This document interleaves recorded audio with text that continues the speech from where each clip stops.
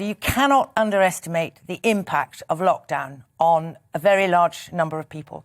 Cooped up, shoved together, not able to get away from each other, nobody able to go to school, can't go to work, can't do this.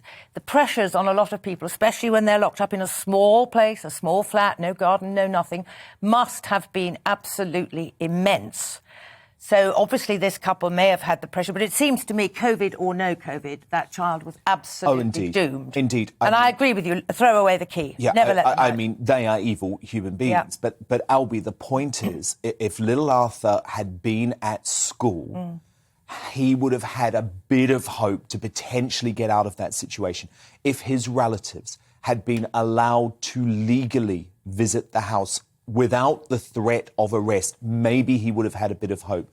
Because teachers did notice, Albie. They did notice. At least, I think, 3 teachers noticed, or at least there were 3 reports.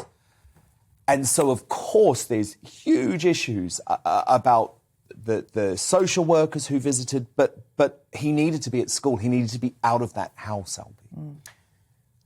I really have very few words. This is just such a tragic story. And, this is not the only person. These are not the only children. This is not the only child, rather, who has suffered as a result of lockdown. I want to get these stats right, so I'm going to read them out. But domestic abuse has been up 61%, according to the National Domestic Abuse Hotline.